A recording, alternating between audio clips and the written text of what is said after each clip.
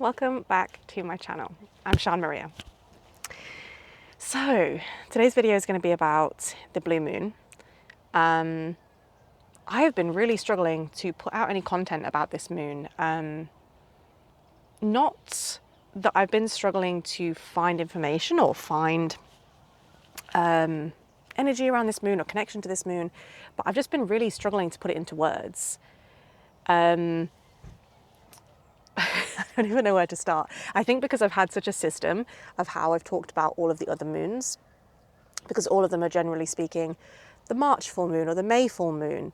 And yes, they have multiple different names, but generally speaking, they have the same themes. Generally speaking, they have the same sort of energy about them because each full moon is connected to, I say connected to the month that it's in, but connected very specifically to the season that it's in, but also like the part of the season. So the beginning of spring looks very different to the middle of spring, looks very different to the end of spring. So the March, April and May full moons all look very different to each other, even though they're all spring moons. Whereas this blue moon is a little different. So there are a couple of definitions of the blue moon. You may have seen the post that I put up on Instagram.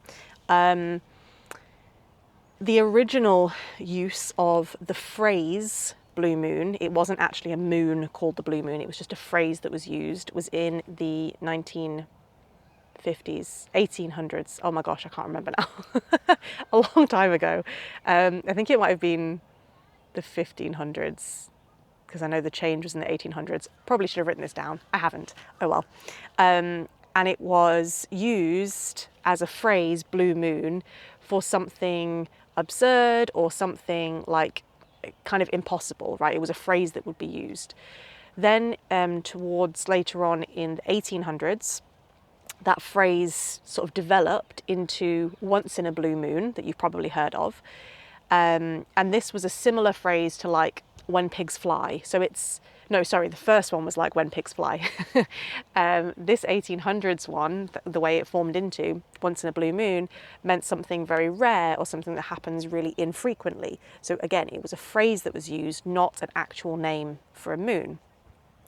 Then in the 19 something, I really should look this up. Let's have a look at my Instagram post because I have everything on there. So probably should have looked before I pressed film, but I didn't. Then in 1937, they used it, the Maine Farmer's Almanac used it as an actual astronomical term to name a moon. And it was named for the third full moon in a season with 4 full moons.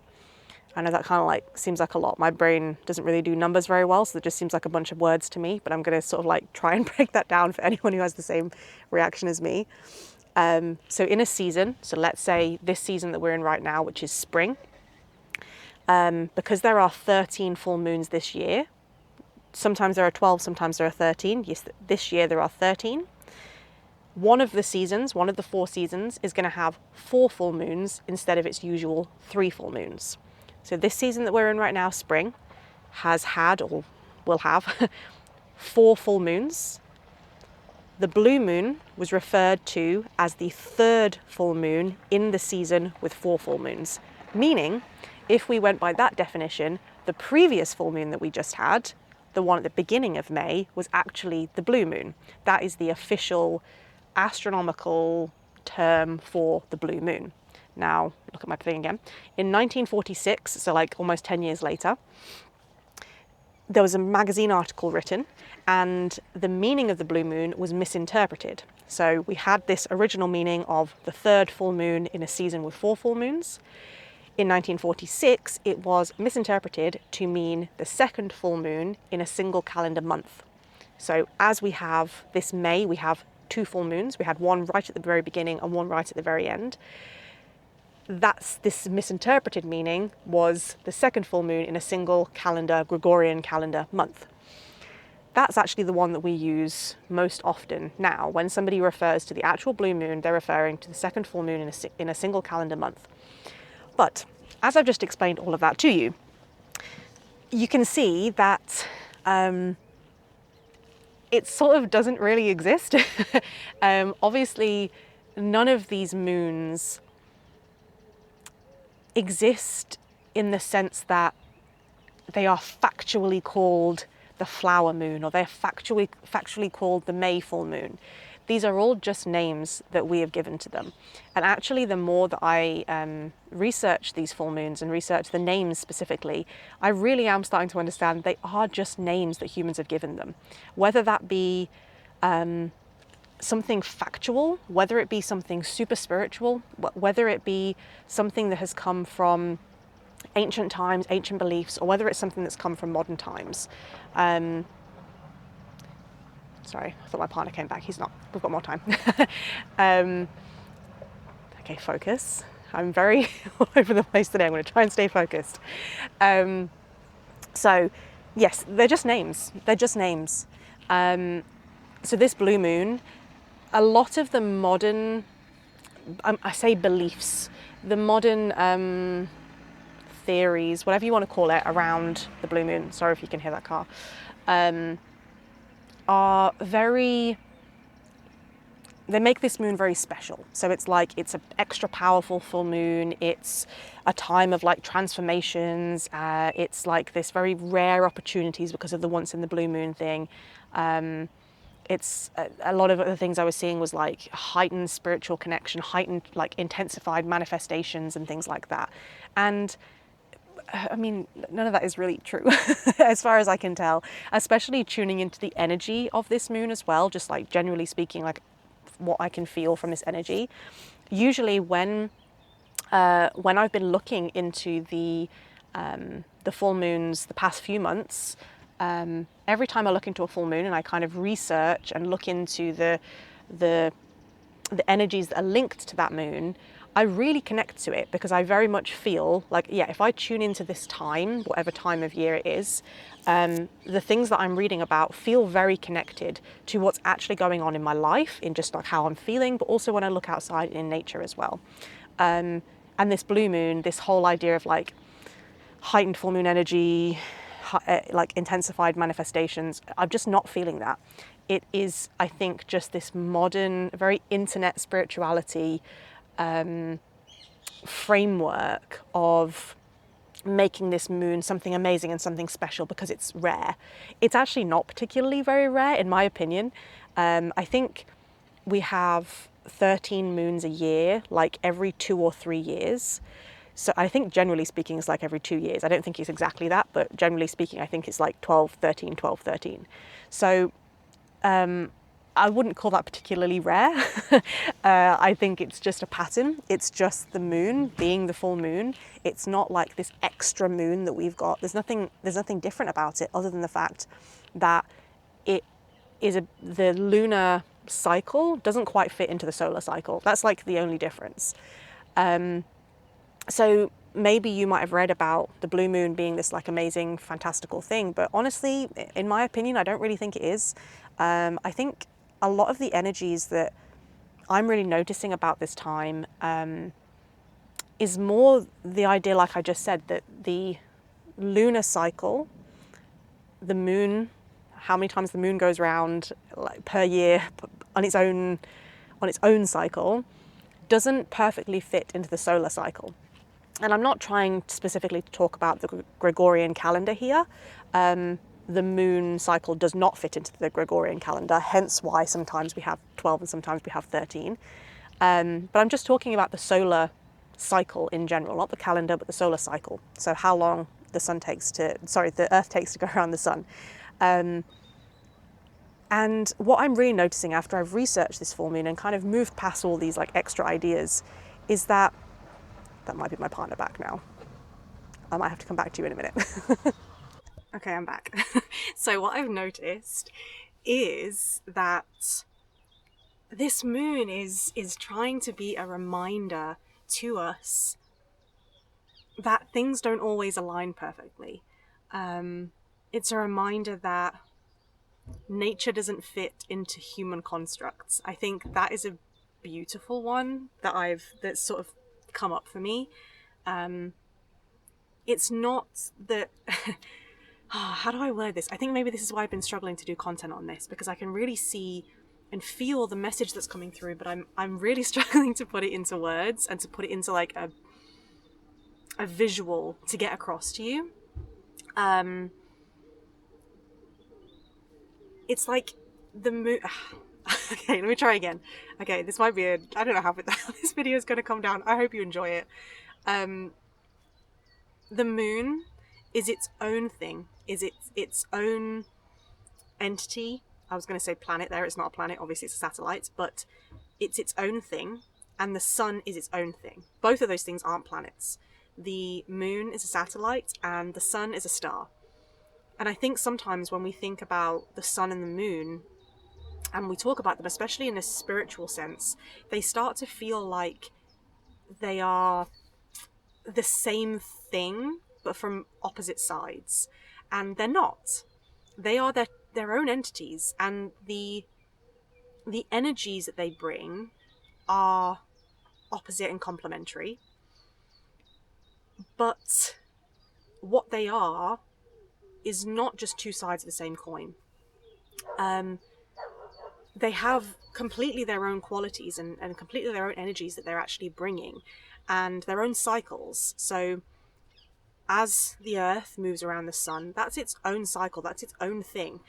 Everything that is in case that comes along with us going around the sun has its own qualities, its own things. Gosh, where's my camera flashing? Oh, I'm okay. And the moon moving around us, even then it's different. We move around the sun, the moon moves around us. So even that is completely different in itself. And it has its own cycle, obviously a lot shorter. The moon is not trying to fit in with the sun. It's not trying to align its cycles to the sun. They're both just doing their own thing. Independently, they end up working together and giving us day and night, and giving us seasons, giving us tides in the water, but they're just doing their own thing, and they tend to affect each other. Sometimes they affect each other more than others, and the two cycles that we see change and adapt as they move through each other. Hence why sometimes we get 12 full moons in a year and sometimes we get 13 full moons in a year. And I think that the modern interpretation of what this blue moon is makes it special, makes it rare, makes it like, I don't know, like this magical thing. And it's not. I think it's just this beautifully normal thing. I still think that's completely magical, but I think the magic is in the fact that it's normal. The fact that, yes, the moon moves on her own and the sun moves on his own, and sometimes they pass each other at different, like, they have different time scales that they go around each other. But it's a lesson in not everything is equal. Not everything fits in perfectly to a human system. Nature doesn't fit in perfectly to a human system. I also kind of like the idea that the sun is obviously, well, in some cultures, for me personally, I represent the sun to be masculine or masculine energy.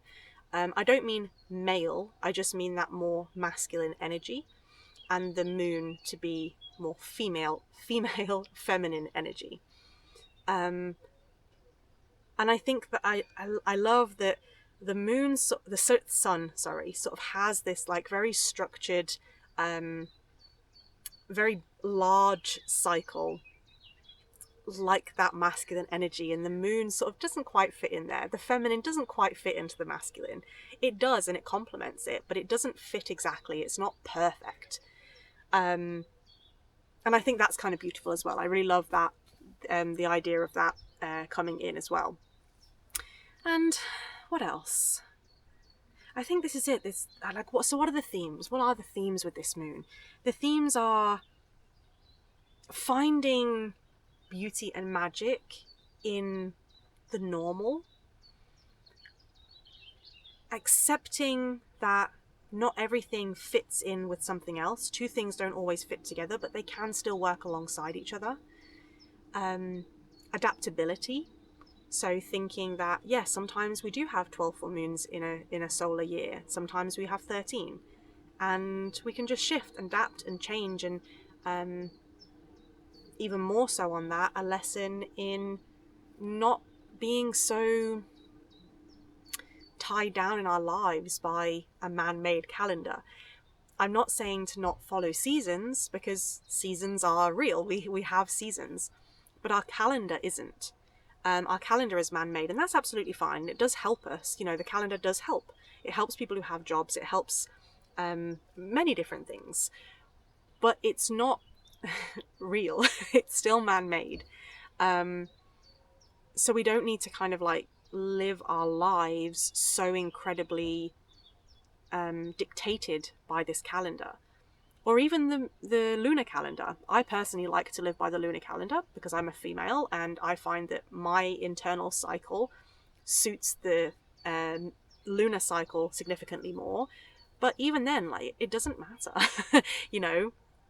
Sometimes it's 12, sometimes it's 13. So again, that's not always as easy to track your life around or to plan things around, and that's also absolutely fine. And we can use both of these, and we can learn to adapt both of these. So I think adaptability is a really big one. I also think that this moon is also bringing this like 13 energy.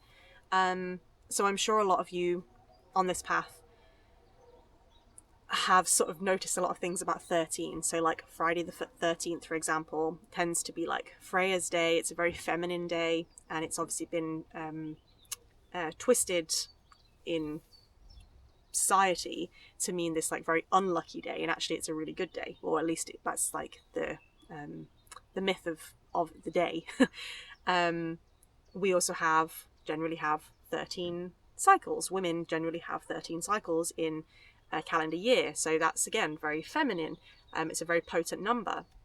I feel like I had another example of 13 now. I really can't remember what it was. But 13 is a very potent, very feminine number.